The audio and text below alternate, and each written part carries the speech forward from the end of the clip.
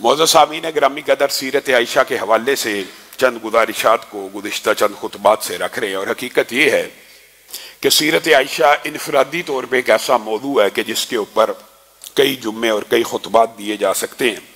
सीरत नबी में सीरत आयशा का जो तज़किरा आया, इस हवाले से चंद गुजारिशात को मुख्तसरन आपके सामने रख रहे हैं।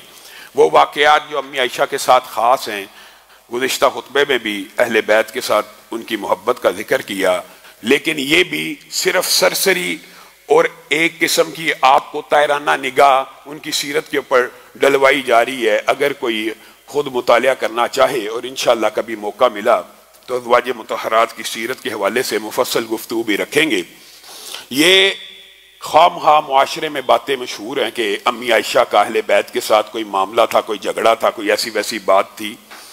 हजरत फातिमा ने, आपने वो मशहूर हदीस तस्बीह फातिमा की सुनी हुई है, उस दिन भी अगर इंतहाब किया था तो अम्मी आयशा का किया था और आके अपनी सारी गुजारिशात को अम्मी आयशा के सामने रखा था कि आप रसूलुल्लाह सल्लल्लाहु अलैहि वसल्लम को कह दीजिए कि इस तरह अली के हाथ के ऊपर तो छाले पड़ चुके हैं, चक्की पीस पीस के मेरे सीने में भी दर्द होती है और हजरत अली भी बीमार हो चुके हैं पानी ला ला के।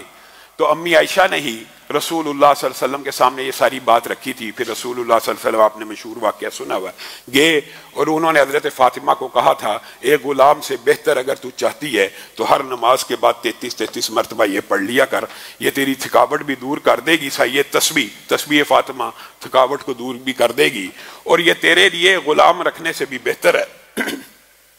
इसी तरह हजरत फातिमा को रसूलुल्लाह सल्लल्लाहु अलैहि वसल्लम ने यह कह दिया था, मैं आयशा से मोहब्बत करता हूँ और मेरी बेटी मैं चाहता हूँ जिससे मैं मोहब्बत करता हूँ, तू भी उससे मोहब्बत किया कर। और फिर तरबियत के तौर पे जब हजरत फातिमा रोटी लेके आई तो रसूलुल्लाह सल्लल्लाहु अलैहि वसल्लम ने तरबियत के तौर पर, और ये मोहब्बत का भी बाब है, रोटी का टुकड़ा तोड़ ये आयशा के लिए है, रोटी का टुकड़ा तोड़ ये मेरी फलां बीवी के लिए है, यानी एक तरबियत का अंदाज।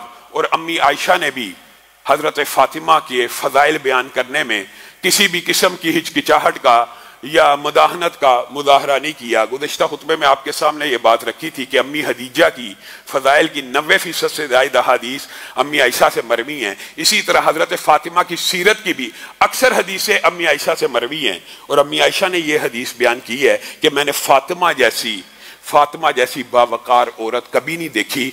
आप चलने में, अंदाज में, अतवार में बिल्कुल अपने बाप मोहम्मद सल्लल्लाहु अलैहि वसल्लम जैसी थी।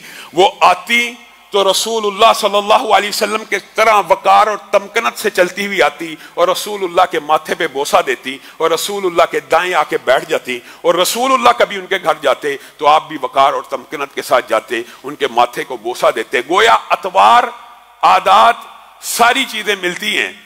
और ये बात भी याद रखिए, अम्मी आयशा ने ही उम्मत को ये बात भी बतलाई है कि 4 ख़वातीन जो जन्नत की सरदार हैं उनमें से एक फातिमा है। तो ये खामखा मुआशरे में बातें मशहूर है। हाँ, गुज़िश्ता चंद खुतबात में जब अम्मी आयशा की फ़िक़ा के हवाले से चंद वाक़यात को आपके सामने रखा तो बाद साथियों ने यह बात कही तो गोया अम्मी आयशा की फ़िक़ाहत बाकी सहाबा से ज़्यादा थी। मेरे भाइयों, एक बात, एक मनहज, एक मौक़िफ़ समझ लीजिए। फ़काहत का है, फ़काहत होती है, अम्मी आयशा के अंदर भी फ़काहत है, अब्दुल्ला इब्ने उमर के अंदर भी, अब्दुल्ला इब्ने अब्बास, अबू हुरैरा, फ़काहत है। लेकिन जो बात आपके सामने रखना मकसूद था, मतलूब था, वो ये नहीं थी कि अम्मी आयशा फलां साहबी से बड़ी फ़कीह हैं या फलां साहबी से बड़ी इमाम है या फलां साहबी से बड़ी मुज्तहिद। आपके सामने बात रखने का मतलब ये था कि जहां पे हदीसे रसूल आ जाए वहां पे किसी की फ़काहत नहीं चलती। जिसका मौक़िफ़ हदीस रसूल के मुताबिक होगा, जिसका मौक़िफ़ हदीस रसूल के मुताबिक होगा वही मौक़िफ़। इसका मतलब ये नहीं कि अम्मी आयशा से जिंदगी में इज्तिहादात में कभी खता नहीं हुई। उन मामलात में जिन सहाबा का मौक़िफ़ हदीस के करीब है आपने उसको इख्तियार करना है। गोया ये हमारा मसलक भी है, हमारा मनहज भी है, हमारा अकीदा भी है कि कायनात के अंदर किसी का फतवा हर्फ़ आहर नहीं है।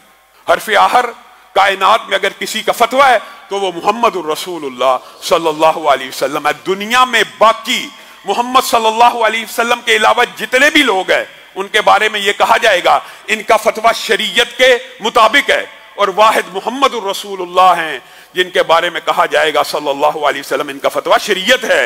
बाकी सबका फतवा शरीयत के मुताबिक है या शरीयत के मुताबिक नहीं है।